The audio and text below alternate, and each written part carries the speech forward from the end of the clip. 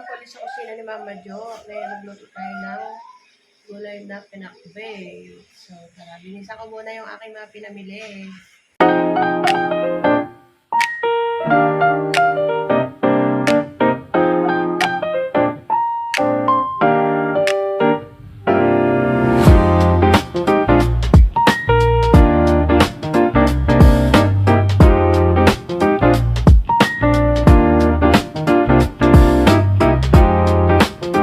Tayo ng bisugong isda. 100 lang ang kalahati nito. Yan, kalahati lang yan. Bumili rin tayo ng hipon, guys. Kalahati. At bumili rin ako ng, ayan, galunggong. 1 peraso. Guys, pangalawang kape ko na to. Black coffee. Natin yung ating mga gagamitin para sa pagluluto, yung mga ingredients sa mga gulay. Saka ito yung ating gulay. Sa rooftop na lang ako magluto ng ulam. Para doon din magsaing ng para sa aso. Saling muna tayo, guys. Pinisan muna natin yung ating ulingan.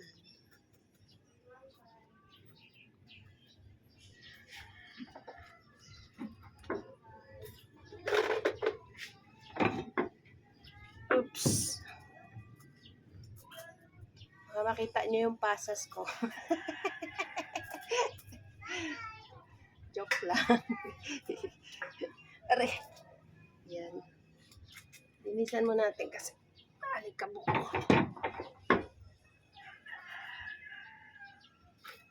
Init.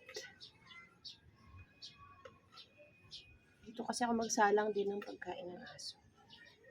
Para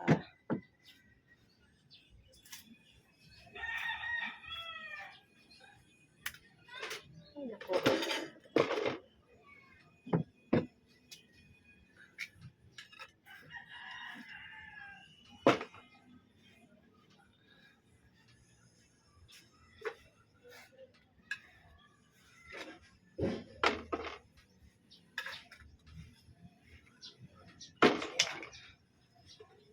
Magpainit na tayo ng kawali. Ang ingay na naman ng aking aso. Dito ako ngayon sa rooftop nagluto ng ulam. Ng mantika konti.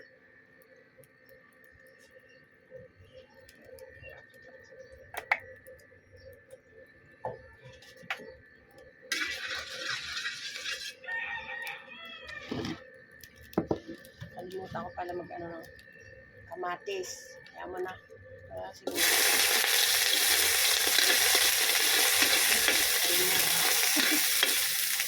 At bawang. Ay, nako.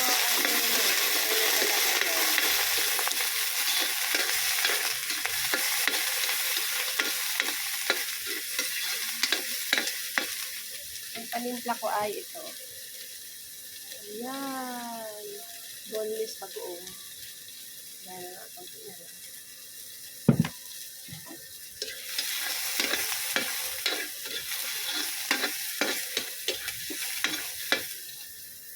Tignan natin yung fire. Yung ating dalawang slice lang na pork chop.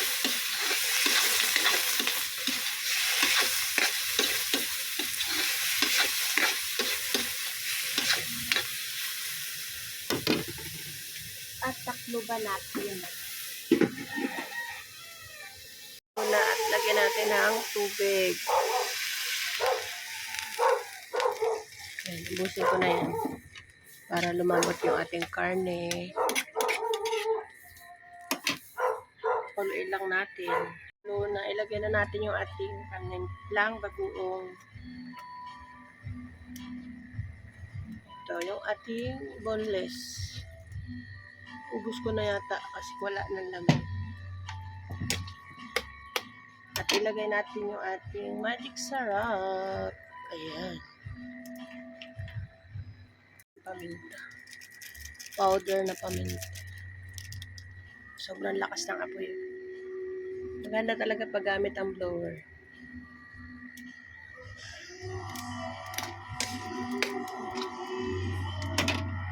sugar. Naglalagay po talaga ako ng asukal. Ayan. Kanya-kanya po tayo ng pagluluto. So, ito yung aking kaalaman bilang isang nanay sa pagluluto. Ayan. Ating plano ni Mama Jo, syempre. Sarap.